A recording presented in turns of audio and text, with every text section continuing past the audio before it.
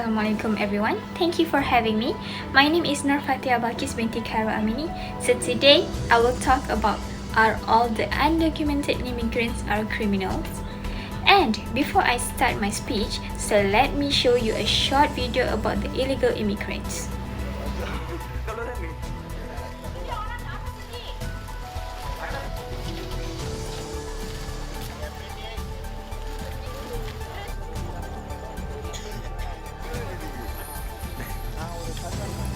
The video that I have shown you earlier is about the illegal immigrants ops that has been done by the authorities in Malaysia. The issue of illegal immigrant in Malaysia is not new. In fact, it has been rooted ever since before independence. Malaysia has been a favorite destination for foreign workers to make a living in this country for several reasons such as geographical factor, shortage of total workforce, government policy, etc. This atmosphere has attracted foreign nationals from all over the world to enter the country to seize the job opportunities. Foreigners from Indonesia, Philippines, Bangladesh, Myanmar, India, Pakistan, Sri Lanka, and the peoples of China, the majority of which are economic refugees, have entered this country mostly for the purpose of obtaining employment opportunities in the country.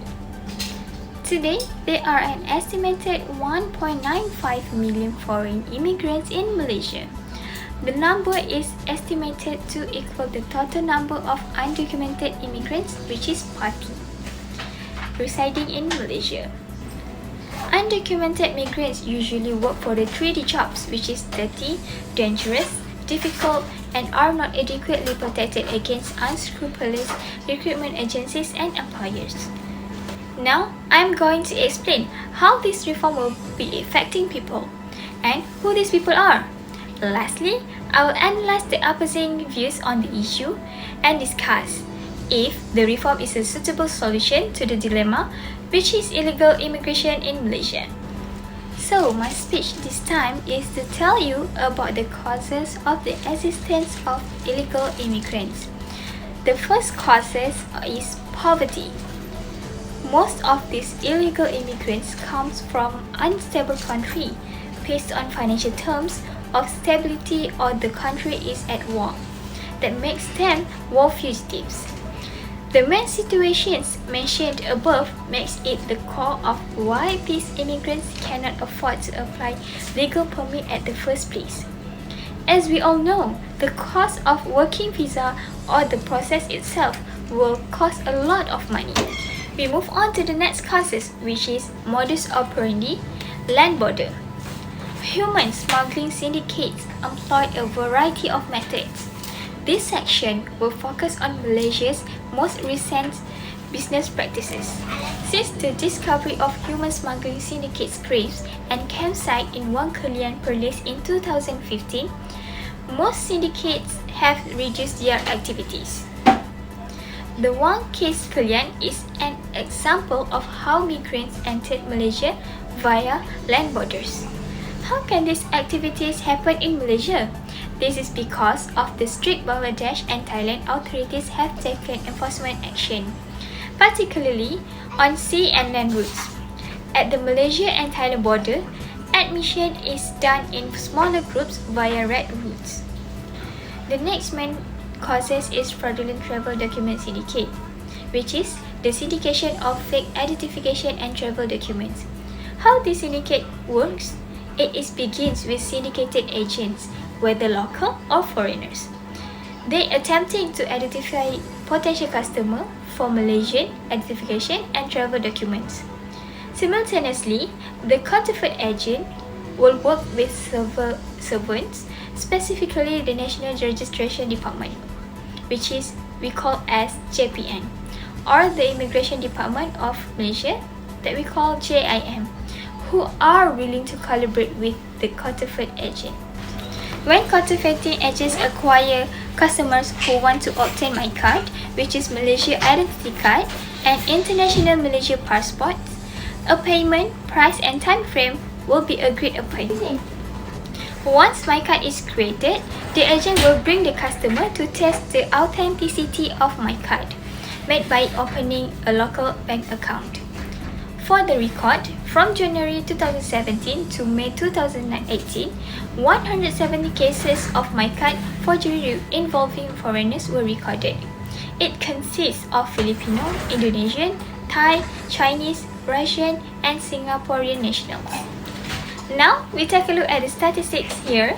It shows that the increases in arrests of illegal immigrants every year start from 2016 until 2019.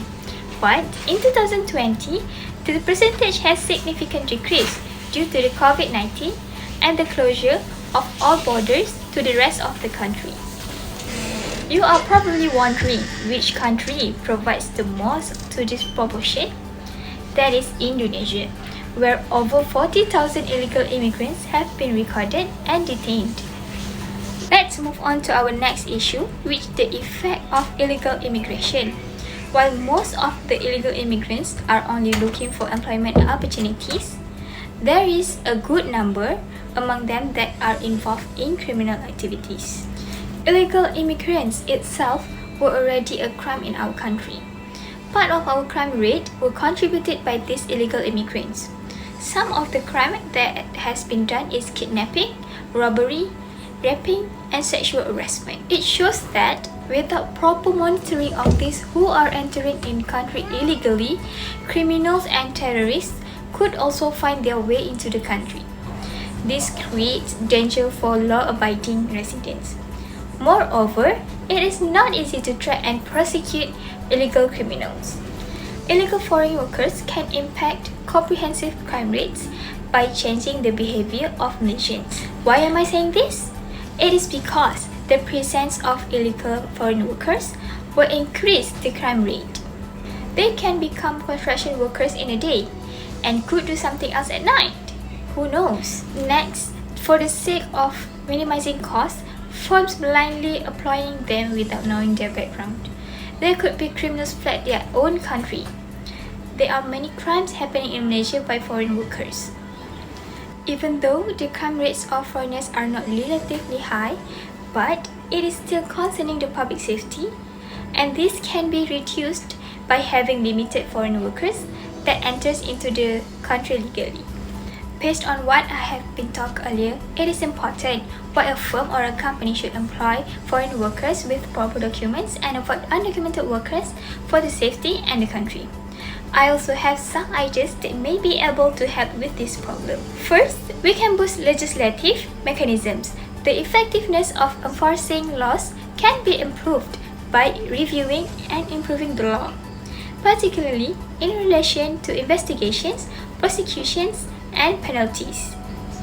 Next, our government must step up law enforcement efforts in accordance with anti-trafficking legislation, particularly in cases of labor trafficking, thus involved in fraudulent hiring or forced labor.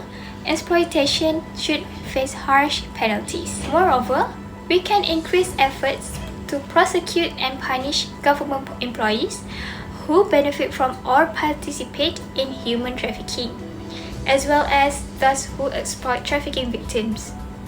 Last but not least, illegal immigration is a complex issue with a variety of causes and effects.